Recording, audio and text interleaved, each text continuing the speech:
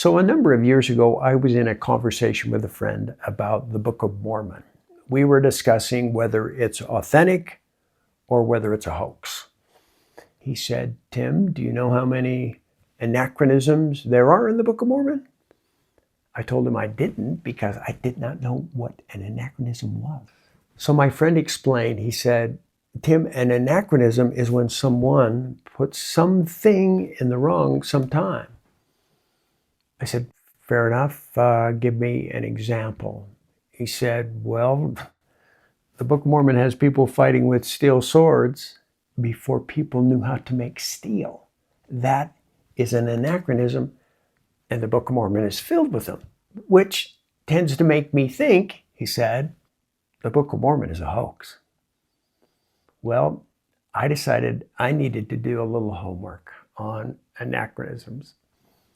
And what I found out was fascinating. I think you might find it fascinating also. Let me show you what I found out.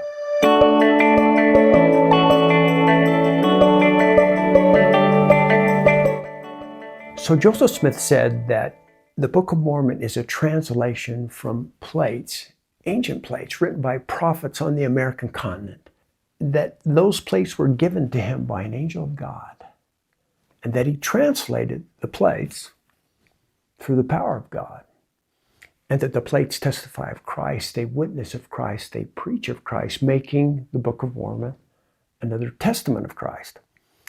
Well, the question is, and this is what my friend was raising, is if it was written by ancient prophets who lived during that time period, why was it filled with so many things that seemed to be out of time? Anachronisms. I discovered that there's basically three kinds of anachronisms. First of all, you have the verified anachronism. That means we know it's been proven it's in the wrong time period. Let me show you one, and let's see if you can spot it. On October 19th, 1781, General George Washington received a telegram from General Charles Cornwallis stating that the British would surrender. Can you see it? It's the telegram because the telegraph was not invented until the 1830s, making that a verified anachronism. Okay? All right, number two. Number two is alleged anachronism, meaning it appears at the time, based on archaeological discoveries, it appears to be an anachronism. It hasn't been proven, but it's alleged. I'll show you one of those, written by an early critic of the Book of Mormon. 1911, here's what he said. Laban, person in the Book of Mormon, is represented as killed by one Nephi some 600 years before Christ with a sword of the most precious steel. Remember what my friend was talking about there. Hundreds of years before steel was known to man. So, that is an alleged anachronism. We haven't proven it, but it doesn't look like they knew anything about steel.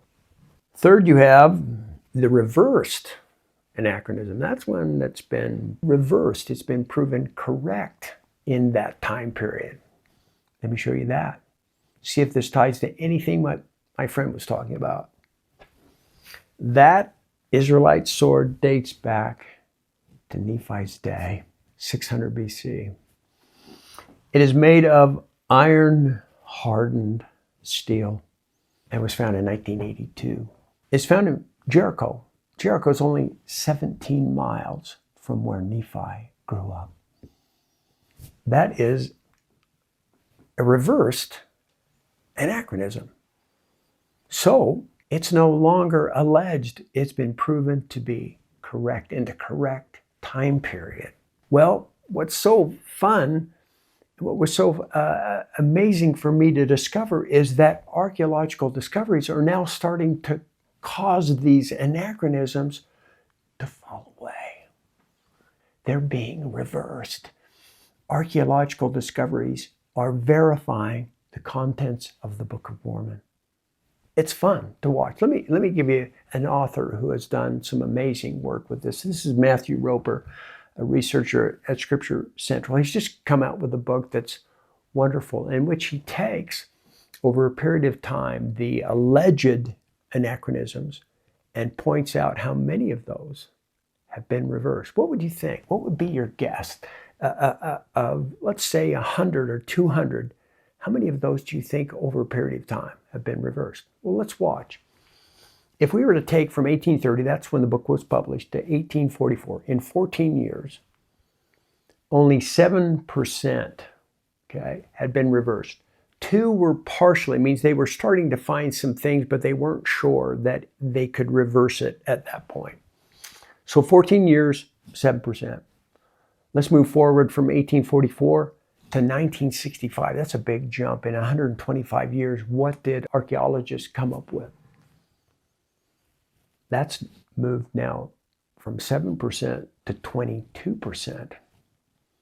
But you still have a big chunk here from 1965. Well, let's bring it up to date. Let's go 1965 to 2024. Watch the jump. 77% of those have been reversed. Not by Latter-day Saints. These are by archaeological discoveries. You're only having, at this point, you have some that are partially being discovered now. And all of this information we're going to put in the footnotes so you can read up on all of these discoveries that were made by archaeologists. But you only have 9% now of anything that critics can attack. Are there still alleged anachronisms in the book? Yeah, there are, and probably always will be. Here's great counsel from one of our former apostles, member of the Quorum of the 12, in which he said all scriptures, including the Book of Mormon, will remain in the realm of faith. Science will not be able to prove or disprove Holy Writ.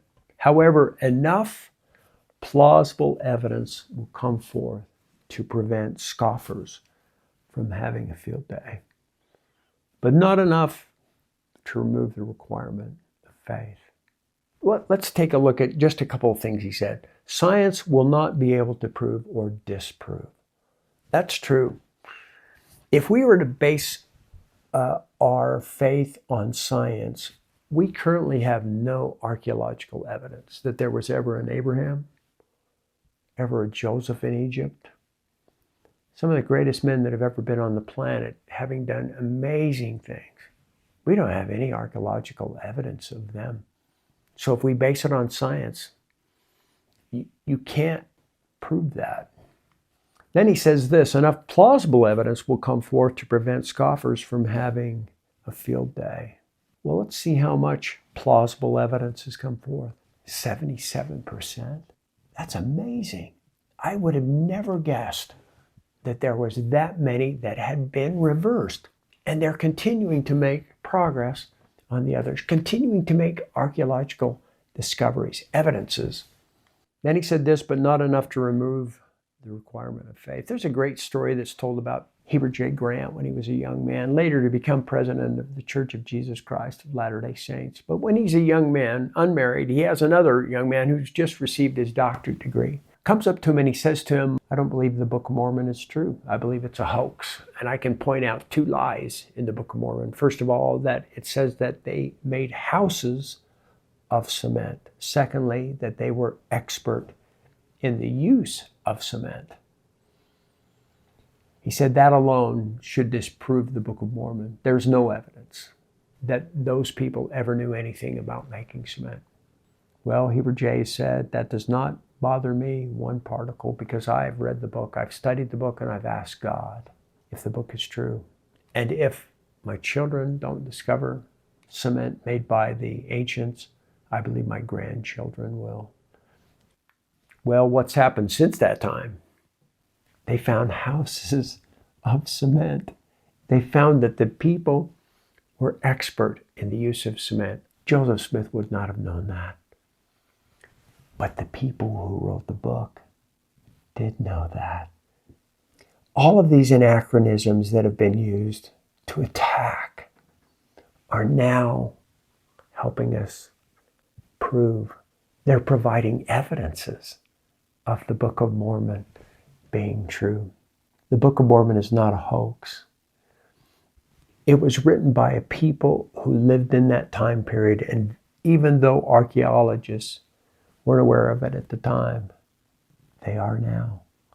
And it's testifying, as I testify, and as God will testify as you read the book. Book of Mormon is authentic. It's the